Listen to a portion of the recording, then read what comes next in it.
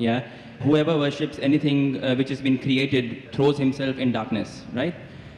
The difference between Bhagwan and Allah is that Allah says that if you worship anyone apart from me, I will punish you forever and ever, and I will not spare you of this sin.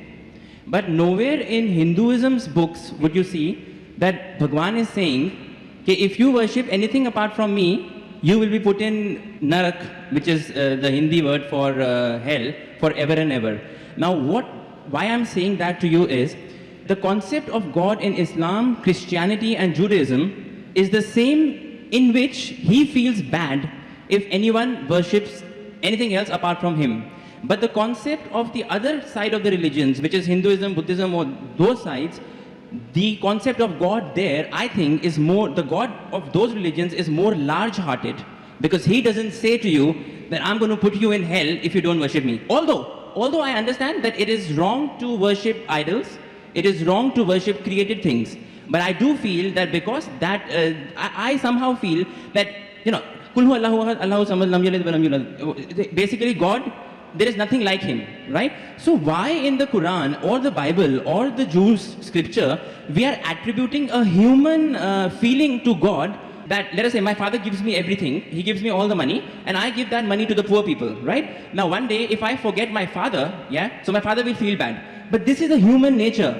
God is more large-hearted than that. Even if I don't worship him, he should have no problems. You know, he should not put me to hell, because that's egoistic. Egoism is a part of human nature, not of God, is what I feel, according to my understanding.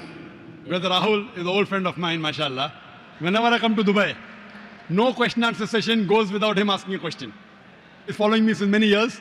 When I came in 2005, when I came last year, and yesterday night, we had a good session for a couple of hours. And though he didn't mention his name, he's Rahul, mashallah. And we pray that may Allah guide him. Inshallah, may Allah give hidayah. And he asked very good questions. Always difficult questions, very good questions. I like it, it's a challenge for me. He asked me new question. I like challenges. And always I say he asked a good question. This is one of my last questions, sir. One of my last question before you accept Islam. One of my last questions. Before you accept Islam. Clarify this. It just struck me. Actually, he told me he will not accept Islam in public, so I don't know problem. No, it's okay. Will you clarify me on this? I'll clarify with you.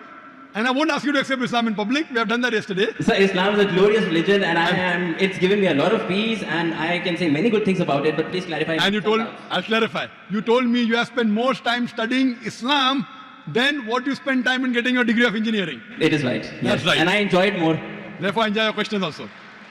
The brother asked a very good question, very attacking, very tricky, difficult question, that he understands that all the religions, Christianity, Islam, Hinduism, say there's no God, except one God, don't make images, don't make idols. But Islam goes a step further. He will forgive any other sin except the sin of shirk. Surah Nisa chapter 4 verse 48, Surah Nisa chapter 4 verse 116. But in Hinduism, nowhere does it say that if you do shirk, Allah will not forgive you. Before I ask you a question about large-heartedness, nowhere does the Quran say that if you commit a murder, Allah will not forgive you. Brother, nowhere does the Quran say that if you commit murder, Allah will not forgive you. Does it mean that I will go and commit murder? Brother.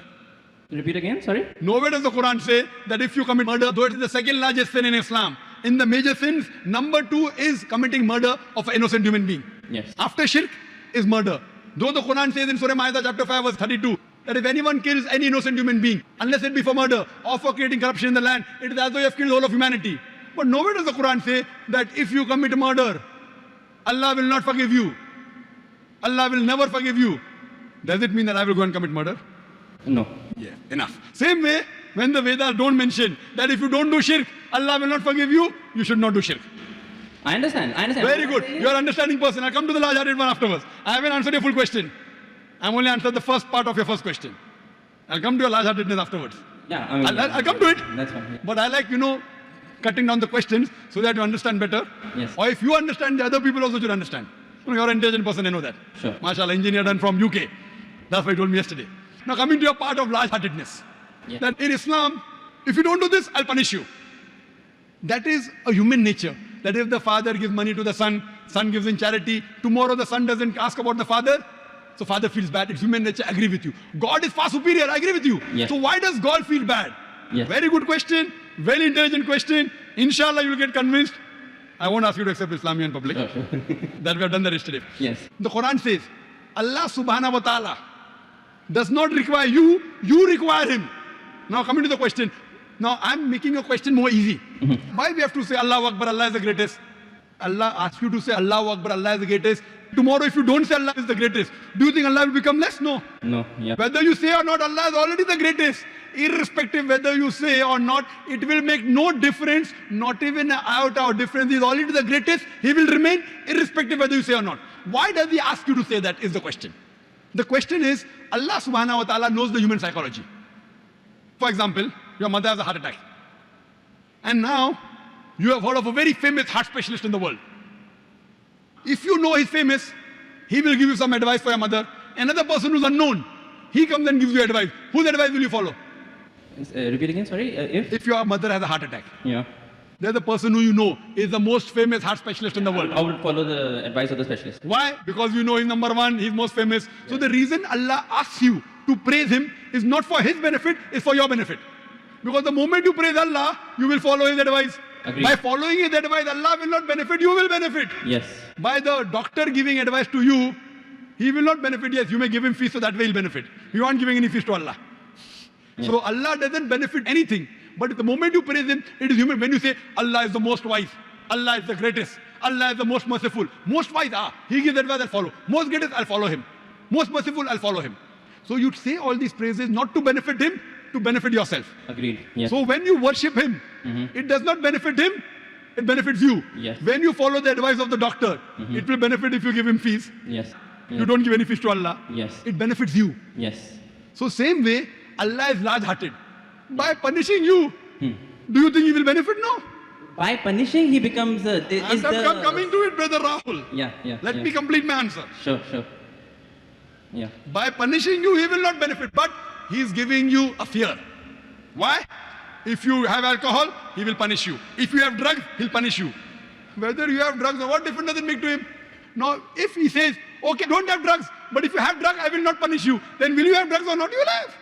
If I give an examination, write 2 No, I won't have. If I'm convinced it's wrong for me, I won't have. I don't need that fear of the hell. The fear of the hellfire to be put in my mind to avert me. God convinces people in different ways. Some people with reason and logic. You're a logical person, you're convinced with logic. Some people want fear, some people want punishment, some people want reward. There are 3-4 types of ways which Allah speaks. You get convinced with reason and logic, you're like me. Yeah. You're like me. Yes. Yes. Some people, they are not convinced with reason and logic. Leave logic. I'll get reward, I'll do it. I'll get punishment, I'll stay away. So if, लेकिन सच क्या है होता क्या है reality में is the fear is it reality yes I'll tell you reality is that the hellfire is there and the punishment is there. Brother, right? let me complete the answer. Yeah. Will you allow me to complete the answer or you will? Yes, please. Let me complete, I'll give you a chance. Ji. I'll give you a chance to say that you're convinced. Yes. But before I complete my answer, you're interjecting. Sure. Yeah, please. After I complete, I'll give you a chance and ask you. Sure. Yeah. Now, there's a teacher taking an examination. 2 plus 2 is how much? 4. Convinced? Now, there are some people, the teacher says, okay, now in the examination, those who write correctly will get plus point, will pass. Those who don't write correctly will fail. Now, when the teacher is telling hundreds of things, it's difficult for everyone to remember. But if you what you remember, you write. If you write correct, I'll pass you. If you write wrong, I'll fail you. So now the student starts memorizing. He starts like you passed to engineering. You are afraid of failing. Yes. If you wouldn't have studied, you would have failed. So if teacher says, no problem, even if you write wrong, I will give you part degree. Will you study? No. Though you're logical, you understand Boyle's law, you understand trigonometry, you understand chemistry, but to remember, you have to stay awake, you have to slog. Teacher says, no problem, you understood? You write in the examination, right or wrong, 2 plus 2 is 3, I will pass you. Will you study? Well, it depends. I won't, but probably someone who is more sensible I'm would asking study you. to learn some knowledge. Correct. If the teacher says, now your aim is to get the degree. Yeah. Once you understand, if you fail, you won't get the degree. Yeah. So here Almighty God speaks logically. Some people logically it doesn't make a difference whether hellfire is or heaven is there. Other people, you do it, you get a reward. Like when you speak to your child, sometimes you speak logically, sometimes you say, I'll give you a chocolate. Yes. Sometimes, ek lafa marunga. Yeah. I will give you 1 slap. Yeah. So this is what God knows the psychology of the human being. He's our creator. Sometimes logic, sometimes reasoning, sometimes reward, sometimes punishment. But once he says he has to follow, he can't lie. Once he says, he has to follow. So he's trying to convince you, suppose your son. Yeah. I know you're not married. Yeah. I know you're not married. Inshallah, one day when you get married. And if your son, Yes. and your son, inshallah, will marry a Muslim, inshallah. Yes, inshallah. So your son, when you have a son, Yeah. 5 years old, he wants to jump from 10th floor. You say, my son, don't jump, you'll die. I want to jump. You know, you will die. No problem, I want to jump. One slap you'll give him, right or wrong? Yes. You'll tell him, I'll slap you. Yes. Yet if he wants to jump, you will slap him. A Yes. father is cruel to be kind. Is your intention to hurt him? No. Your intention is to hurt him little so that he prevents from the bigger hurt. Yes. So here if he says, no, I'm only acting. Maybe for little time you'll think, I'll punish you and you don't punish him. But if he wants to jump, you'll not wait till he jumps. You will give him one tight slap. The same way God here, he tells you this is good, this is bad, this is reward, this is punishment. And once he says something, he's honest. In Islam, God is the most kind. He wants the human being to improve. The other God, okay, no problem. Even if you write wrong, I'll pass you. What kind of a teacher is this? Suppose tomorrow, there's a student studying with you. He writes wrong answers. You slog. You stay awake in the night. This person plays hooky, enjoys, writes everything wrong. And the teacher says, both get first class first. Will you be happy with the teacher? No. Why? You are a very unkind person. Very cruel. Unkind, not a good human being. I am wrong. Because you believe in justice. So besides God being kind and merciful, he's also just. Imagine someone rapes your sister, rapes your mother. God says, no problem. I'll forgive. On the day of judgment, won't you tell God? Why No, did you that's punish okay. No, that's okay. I'm talking about Wait, God being egoistic on his own He is self. not egoistic at all. No, but he's saying It if you makes- do shirk, then I will put you in hellfire forever and ever. I'm not saying that he should not punish wrong deeds. But he is putting on his own self that if you associated partners with me, along with worshipping me, if you worship someone else, even then I will not forgive you. That's the right thing. That's Because egoism. If the doctor says, Yes. if suppose the heart specialist tells your mother, see, this is a good thing, have only this medicine, nothing else. Someone else says, okay, have this medicine also. So that heart specialist tells you, if you mix it with something else, the mother will die. So will you listen to somebody else or not? Will you listen or not? Heart specialist saying, don't have anything else except this sorbitrate. Keep it below your tongue. Yes. Now another doctor comes, I'm a very good doctor. You don't know him also. I will listen to heart specialist. Correct. Yes. Heart specialist specialized, but God is a bigger heart specialist. So heart specialist you want to follow. You don't want to follow your creator who's created your heart. What No, kind no, of no, a... no, sir, wait, sir, wait. Let me complete. Yes. Let me complete. Yes. So you, being logical, Yeah. when you want to follow the heart specialist, when the heart specialist tell you, don't listen to anyone else because they have told you the total truth, that heart specialist can be wrong because he's a human being. Almighty God, when he says, do not worship anyone else besides me, he knows that if you think somebody else is also the greatest, and if you follow something wrong, it will harm you. God does not want to see to it that his creations are harmed. He is going out of the way to give you an ultimate warning. Other sins, maybe I will forgive. That is one type of murder, is one type of sin, very wrong, second largest. But one, if you worship somebody else, you can do anything. You can start murdering, you can start having drugs, you can start raping. Too dangerous. This is the guidance. It is complete. Because he is the creator, he knows no one else is the creator. Now someone else tries to behave like a creator when God knows no one else can create you. It is very dangerous. That's the reason he says that following advice, worshipping anyone, obeying anyone as the creator, not obeying normally. Normally you want to obey a father, no problem. Obey a mother, no problem. Going against the commandments of Almighty God.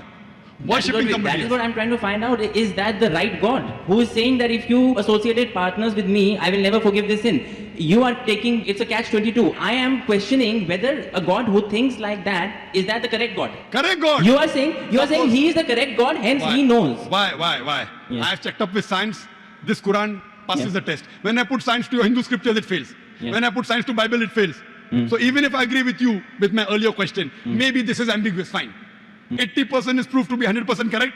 20% is ambiguous. Inshallah, logically, even this will be right. If I have to put that way. But the other way, if a doctor who solid... Stronger argument would be that 100% is argument, correct. 100%. 100% of it is proved that it is correct. If 20% ambiguous is I'll there... tell you one thing, brother. Your mind hasn't reached that level. My mind hasn't reached that level.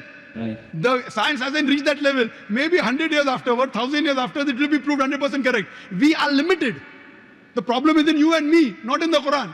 Similarly, but a person who's very powerful, a person who's a heart specialist, he knows his stuff very well. He'll be sure. Do this, nothing else. A person who's not sure, okay, have this medicine also, have that medicine also. So person who's cocksure of himself, like the Creator Almighty God, he will give this commandment. Now he's cocksure. You are not cocksure about him that he's the Creator. Yes. Once you're cocksure, you'll follow. I am cocksure that this is the word of Almighty God. You aren't. Yes. So once your research gets complete, Yes. You know very well that the other scriptures don't pass the test. Yes. I challenge you to get any scripture that you know of which is even close to the Quran. No, this is the strongest scripture that that's so, for sure. So when you know, Yeah. I can't ask you to accept because you know we spoke yesterday. Right, okay. But when you know it is the thing, then the ego is in you, not in Almighty God. The ego is in you. I don't have ego. And I pray to I Almighty told you God. all the ones I have read, this is the strongest. I pray to Almighty God. You know, because I love you, Rahul. Yes, I love you too. I love you. That's the reason I pray to Almighty God to give hidayah. You don't have to proclaim. You asked me yesterday, do I have to proclaim? I said, no, you don't have to proclaim. Yes. So I think that you are a person who submit your will to God, and may God guide you, and may you get a good submitting Muslim life partner. Thank you. Thank you.